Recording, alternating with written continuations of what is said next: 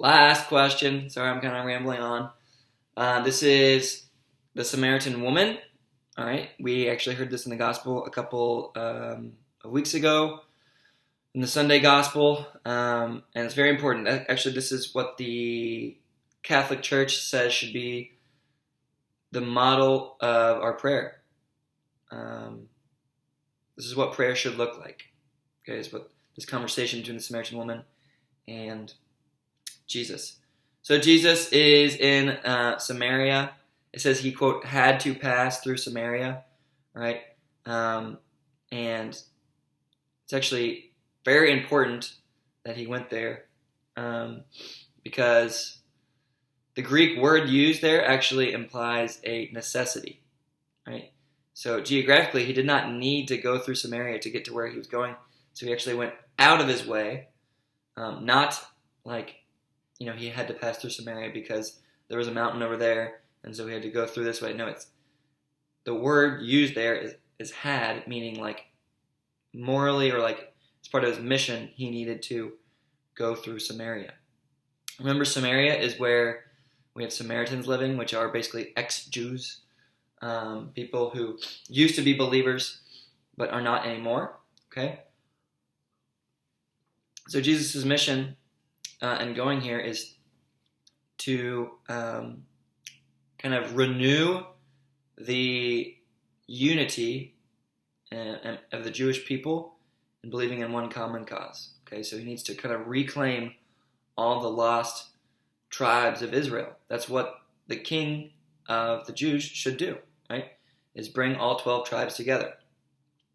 And this woman is supposed to represent, right, basically the 10 tribes that broke off from the 2 southern tribes. We read about that in the Old Testament, right? The 10 tribes went to the north, 2 tribes to the south. Right? And this is Jesus' mission to reclaim these tribes. So he's having this conversation with this woman. This woman is at a well at high noon. This is important because nobody would go to the well at high noon. It's the hottest part of the day. She wants to go there at that time because she doesn't want to be seen by anybody. She doesn't want to talk to anybody. She's at Jacob's well, which is where Jacob met his wife in the Old Testament. If you have a scene at a well in the Bible, there's going to be some imagery about weddings, about meeting a wife. Okay? So this image is set up for us, and we're thinking, oh my gosh, is Jesus trying to get a girl here? That's what you actually really should be thinking, right? But Jesus is supposed to be kind of symbolically marrying, right, the 10 lost tribes of Israel. And it's shown in this conversation. This woman, she's standing there, and Jesus says, give me something to drink. First of all, it was ridiculous that a Jewish person would even say anything to a Samaritan person. They say actually that there was a saying that it was better for a Jew to drink from pig's water than it was to drink from the well of a Samaritan. And pig's water, that was like the most unclean animal for a Jew. So it's very crazy to ask for a drink. It's very crazy to even be talking to this woman. She could have been maybe even stoned for talking to him.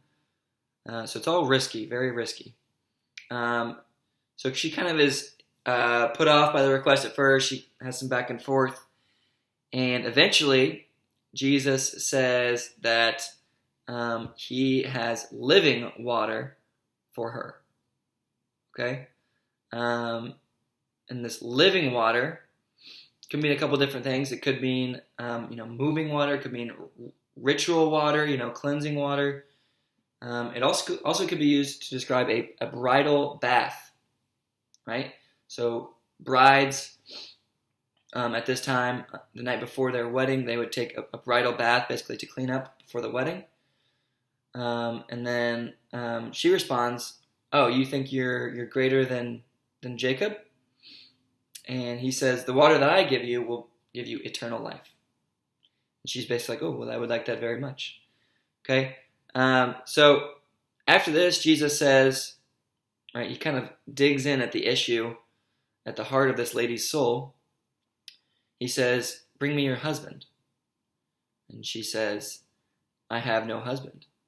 And Jesus says, I know, you actually have 5 husbands. 5 husbands. Okay, and actually she has maybe even 6, just the person that she's living with right now is not even her husband. So this is all a reference, actually, guys, to the 5 ruling kingdoms that came in when the 10 tribes to the north, they were conquered by the Assyrians, and the Assyrians said, we want to totally get rid of the Jewish people, right, so we're going to bring in 5 outside kingdoms to intermix with you guys and rule over you. So this is kind of how the Jewish people in the north were destroyed culturally, is these 5 kingdoms. So Jesus is making reference to the 5 husbands, the 5 kingdoms that came in and culturally destroyed the Jewish people. Right? So Jesus has a lot of other words to say to the Samaritan woman. Right? They eventually start talking about Jesus as being more than a prophet. Right? He says, I am the one basically who has come to reunite all of the tribes of Israel. I am the Son of God. I'm the Son of Man. I'm the Messiah. And I can provide you with living water because I am the temple. I'm the temple that Jeremiah saw in his vision, right, of water flowing from the temple. Okay, so I will cleanse you. I'll bring you back together. I'll be your bridal bath, essentially. And the Samaritans, all the Jewish people, all the Gentiles will be my bride, aka the church. So that's the story of the Samaritan woman. That was a long one. Sorry.